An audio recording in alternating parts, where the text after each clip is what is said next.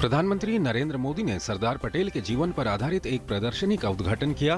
प्रदर्शनी में ये दिखाया गया है कि कैसे सरदार पटेल ने देश की तमाम रियासतों को एक करके देश को एकजुट किया। पीएम ने सरदार पटेल से जुड़े एक वेब पोर्टल की भी शुरुआत की। इस मौके पर प्रधानमंत्री ने एक भारत श्रेष्ठ भारत योजना की भी शुरुआत की। सरदार पटेल की जयंती के अवसर पर प्रधानमंत्री ने दिल्ली में रन फॉर यूनिटी को हरी झंडी दिखाकर रवाना किया। साथ ही प्रधानमंत्री ने स्मारक डाक टिकट भी जारी किया। इस दौरान प्रधानमंत्री ने देश की एकता और अखंडता में सरदार पटेल के योगदान की सराहना की। देश के पहले गृह मंत्री सरदार वल्लभ भाई पटेल की 141वीं जयंती के अवसर पर प्रधानमंत्री नरेंद्र मोदी ने पटेल चौक पर उन्हें श्रद्धांजलि दी। आज के दिन को देश भर में राष्ट्रीय एकता दिवस के रूप में मनाया जाता है। इस साल की थीम है भारत का एकीकरण। केंद्रीय सूचना और प्रसारण मंत्री वेंकैया नायडू ने कहा कि देश के एकीकरण में सरदार पटेल ने अमूल्य योगदान दिया है। उन्होंने कहा कि युवाओं को सरदार पटेल के जीवन से प्रेरणा लेनी चाहिए। प्रधानमंत्री ने कहा कि न्याय प्रक्रिया में दलितों और उपेक्षितों की भागीदारी होना बेहद जरूरी है।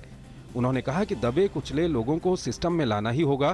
प्रधानमंत्री ने दिल्ली हाईकोर्ट की 50वीं वर्षगांठ के अवसर पर आयोजित एक कार्यक्रम को संबोधित करते हुए ये कहा। भोपाल सेंट्रल जेल से फरार प्रतिबंधित संगठन सिमी के 8 आतंकियों को एनकाउंटर में मार गिराया गया है। जेल से फरार होने के पहले आतंकियों ने हेड कांस्टेबल की हत्या कर दी और फिर दीवार फांदकर फरार हो गए। केंद्रीय गृह मंत्री ने मामले की जांच राष्ट्रीय जांच एजेंसी से कराने को मंजूरी दी। सीमा पर पाकिस्तानी आतंकियों की घुसपैठ की कोशिश और संघर्ष विराम उल्लंघन लगातार जारी है। जम्मू और कश्मीर के राजौरी सेक्टर में पाकिस्तानी गोलाबारी का जवाब देते हुए सेना का एक जवान शहीद हो गया है। वहीं पुंछ जिले के बालाकोट सेक्टर में पाकिस्तानी गोलाबारी में 2 जवान घायल हो गए। केंद्रीय मंत्री वेंकैया नायडू ने अलगाववादियों की इस हरकत को मूर्खतापूर्ण बताया। देश भर में आज से 1 सप्ताह तक चलने वाले सतर्कता जागरूकता सप्ताह की शुरुआत हुई।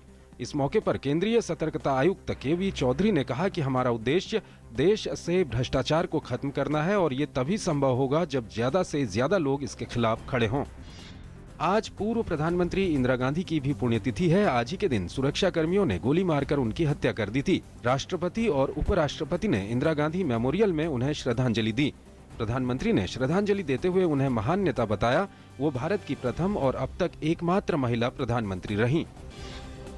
पहले से प्रदूषण की मार झेल रही दिल्ली में दीपावली के बाद हालात बद से बदतर हो गए हैं। सोमवार को दिल्ली के वायु प्रदूषण ने 3 साल का रिकॉर्ड तोड़ दिया। शहर के कई हिस्सों में PM10 की मात्रा 1000 माइक्रोग्राम को पार कर गई।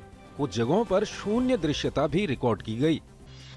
दिल्ली के पूसा कृषि अनुसंधान केंद्र में अरहर की एक नई फसल पूसा अरहर 16 विकसित की गई है, जो मात्र 120 दिनों में पककर तैयार हो गई। वित्त मंत्री अरुण जेटली और कृषि मंत्री राधा मोहन सिंह ने पूसा परिसर में अरहर की नई किस्म का अवलोकन किया। अरहर की इस किस्म की पैदावार प्रति हेक्टेयर 15 से 20 क्विंटल है। विश्व बैंक और DIPP की व्यापार सुगमता सूची में आंध्र प्रदेश और तेलंगाना संयुक्त रूप से पहले पायदान पर हैं। कारोबारी सुगमता के मामले में आंध्र प्रदेश और तेलंगाना का प्रदर्शन शानदार रहा। दोनों राज्य संयुक्त रूप से टॉप पर रहे हैं। व्यापार सुधार कार्य योजना के क्रियान्वयन के आधार पर तैयार सूचकांक में गुजरात तीसरे, छत्तीसगढ़, मध्य प्रदेश और हरियाणा चौथे, 5वें और 6ठे स्थान पर हैं। पाकिस्तान के पंजाब प्रांत में आज 2 सशस्त्र लोगों ने एक स्कूल में दाखिल होने की कोशिश की और इस दौरान गोलीबारी करके स्कूल के एक गार्ड को घायल कर दिया। हालांकि सुरक्षा कर्मियों ने इन लोगों की कोशिशों को विफल कर दिया। सभी छात्रों को स्कूल से सुरक्षित निकाल लिया गया है। न्यूजीलैंड के खिलाफ वनडे सीरीज में शानदार प्रदर्शन करने का फल भारतीय खिलाड़ियों को ICC की ताजा वनडे रैंकिंग में मिला है।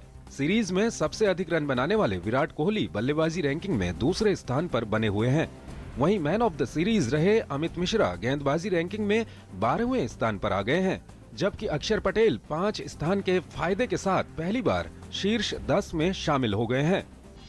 मर्सिडीज के ब्रिटिश चालक लुइस हैमिल्टन ने मैक्सिकन ग्रां प्री का खिताब जीत लिया है। रविवार को आयोजित हुई रेस में हैमिल्टन ने अपने साथी चालक निको रोजबर्ग को पीछे छोड़ते हुए पहला स्थान हासिल किया। इसी के साथ F1 की खिताबी रेस रोमांचक हो गई है।